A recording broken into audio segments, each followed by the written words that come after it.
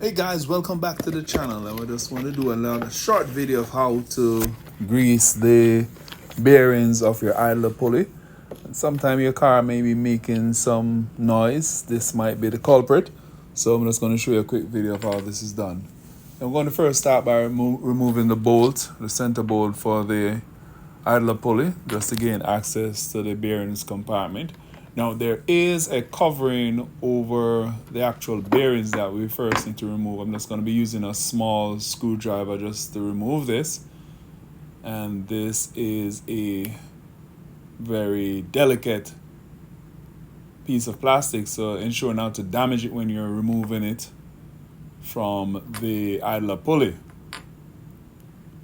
Now, once you have removed it, we have seen right here the location of the actual bearings. Now there is a covering that we have to remove also, but I'm not going to show in this video. Well, if you look closely, you should see another covering that is preventing you from viewing the actual bearings. So you have to remove that one first, and then you would pack it with grease. Now I've already packed it, so you're not seeing that in this video.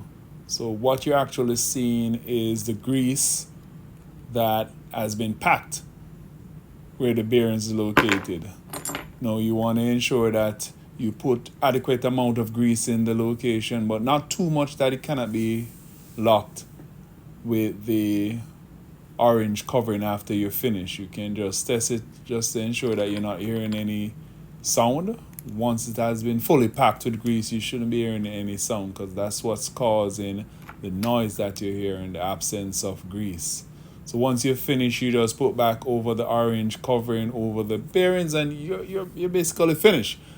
Thank you guys for watching. Just remember to subscribe to the channel, like and share the videos, and comment, guys. It's not going to cost you anything. Just hit that subscribe button.